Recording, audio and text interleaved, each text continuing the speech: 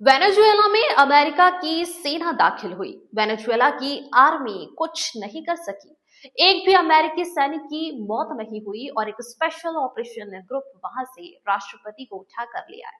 आखिर ये सब इतनी आसानी से मुमकिन हुआ कैसे?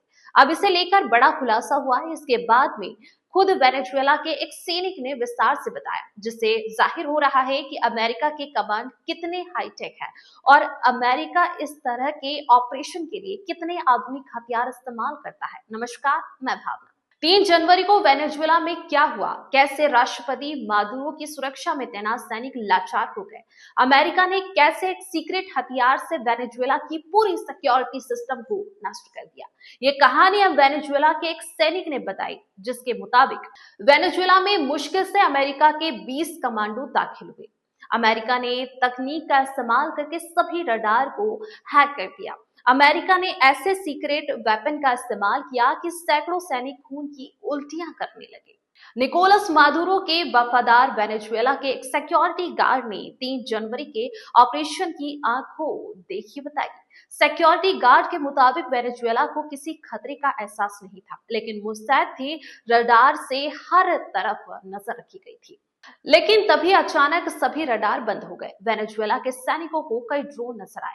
वेनेजुएला के सैनिकों ने आसमान में 8 हेलीकॉप्टर्स को देखे। कुछ देर बाद हेलीकॉप्टर से कुछ कमांडो नीचे उतरते देखे गए, लेकिन उनकी संख्या बहुत कम थी। हर कमांडो दिखने में बिल्कुल अलग तरह का था। वेनेजुएला में हेलीकॉप्टर से सिर्फ 20 कमांडो उतारे गए। अमेरिका का हर कमांडो बेहद आधुनिक गन से लैस था।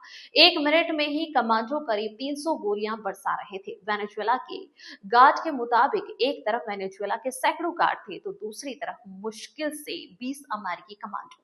लेकिन हमला इतनी रफ्तार से किया गया कि वेनेजुएला के सैनिक समझ नहीं पा रहे थे कि कैसे पलटवार करना है। अमेरिकी कमांडो गोलियों की जबरदस्त बरसात कर रहे थे, लेकिन इसके बाद एक चौंकाने वाला हमला हुआ।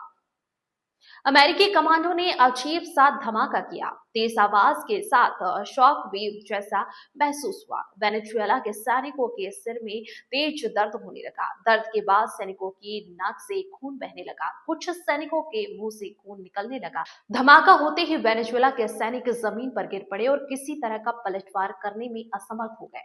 सैनिकों का शरीर सुन्न पड़ने लगा। हिलने डुलने की ताकत भी नहीं रही। इसके साथ ही राष्ट्रपति मादुरो के तमाम गार्ड जमीन पर गिर चुके थे। एक्सपर्ट मानते हैं कि अमेरिकी सेना के पास सालों से डायरेक्टेड एनर्जी वेपन है, जो माइक्रोवेव या लेजर बीम जैसे फोकस्ड एनर्जी का इस्तेमाल करके टारगेट को बेकार कर देते हैं। लेकिन ये पहली बार हो सकता है कि अमेरिका ने इसे लड़ाई में इस्तेमाल किया हो।